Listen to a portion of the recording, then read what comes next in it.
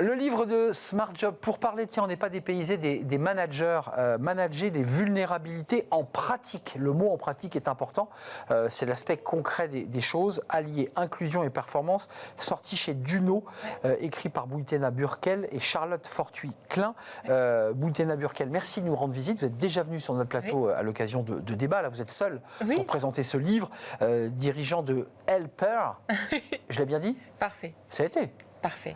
Vous êtes autrice de cet ouvrage et vous l'avez écrit avec quelqu'un. Alors c'est intéressant parce que vous êtes spécialiste vous des organisations et Charlotte, elle est coach conférencière et elle travaille sur les managers, améliorer l'efficience des managers.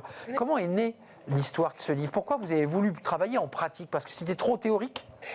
Alors déjà, malheureusement, il se trouve que je suis un rat de bibliothèque et donc je me suis retrouvée par un concours de circonstances à aller chercher un guide, un ouvrage. Je me suis retrouvée avec pas mal de références, mais assez peu de guides, on va dire, pratico-pratiques pour les managers à leur conseiller dans leur quotidien.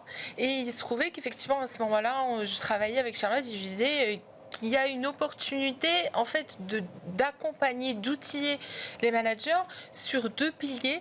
Le pilier efficience organisationnelle, parce que c'est très important, le rôle de l'organisation en elle-même qui va structurer les activités, les process et la culture. Et derrière, même les managers qui, eux, vont être des acteurs du quotidien et qui eux-mêmes aujourd'hui sont soumis à une forte pression. Et donc Charlotte, effectivement, comme elle était en contact avec les managers, elle voyait bien qu'en formation, c'était très compliqué pour eux. Page 62, la notion de vulnérabilité. Pour rester sur le mot, vous dites, et c'est absolument un peu glaçant d'ailleurs, le mot vulnérabilité, il est traité sur les enjeux de cybersécurité, de vulnérabilité informatique, bref, que des mots de process. Mais on n'en parle jamais sur le plan humain, comme si c'était un tabou, comme si c'était une honte que des êtres humains soient vulnérables. Ça l'est, et puis généralement on a fait un nuage de mots en plus de la définition qui nous a pris du temps parce qu'il a fallu aller vraiment chercher dans l'état de l'art les définitions la plus complète. Déjà ça nous a pris du temps pour bien le définir, mais on va dire déjà on a repris aussi les échos de ce que nous disaient les managers mais aussi les personnes en situation. Il y a effectivement des témoignages, voilà, des phrases. Exactement. Et le verbatim revenait souvent sur fragilité, sur épreuve, sur difficulté, sur trauma. C'était quelque chose d'assez lourd, surtout dans un contexte de travail où en fait le travail est en même temps une identité constructrice et destructrice. Voilà, une aliénation. Exact. Et de ce fait, les personnes se retrouvaient soit en rejet complet quand ils vivent une vulnérabilité de leur travail, soit carrément d'être en addiction du travail parce que ça leur permet en fait deux extrêmes en voilà, fait. Exactement. Et c'est très compliqué d'arriver à trouver, ce lien entre l'inclusion et la performance ce livre, au quotidien. Vous le destinez alors à tous, évidemment c'est le propre d'un livre, mais il est quand même destiné avant tout aux managers qui peuvent se sentir parfois très malmenés, même dans toutes les études, on parle de managers qui ne seraient pas à la hauteur, qui seraient en difficulté, qui ne sauraient pas faire. Ça leur est destiné ce livre.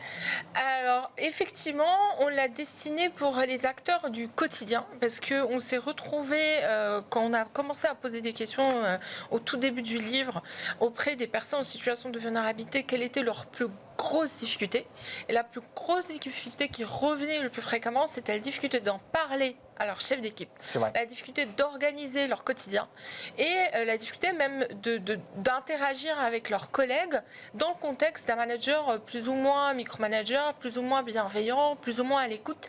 Et ils se confrontaient à la fameuse question de confidentialité. Il faut de la confidentialité, mais en même temps, on a besoin des autres pour pouvoir être dans une situation, on va dire, d'épanouissement. Pour faire groupe, pour faire ensemble. Exactement. Et donc, vous parlez, juste avant de nous quitter, et j'invite tous ceux qui veulent, qui sont des managers, à se pencher sur ce livre qui est extrêmement érudit, travaillé avec des témoignages. Vous dites cette vulnérabilité, vous l'imaginiez aussi importante avant d'écrire ce livre ou pas? Vous avez été surprise vous-même, en un mot? Alors, en un mot, je dirais que je me doutais de la situation. Pour plein de raisons, mais par contre, je ne me doutais pas à quel point l'entreprise allait devoir jouer un rôle. l'État-providence recule, l'entreprise-providence va devoir revenir. Sujet essentiel, l'entreprise-providence qui prendrait en charge tout ce que l'État-providence ne prend plus en charge. Sujet fondamental. Merci Bouytena Burkel, autrice avec Charlotte Fortuit-Klein, Manager les vulnérabilités en pratique, allier inclusion et performance. C'est chez Duno.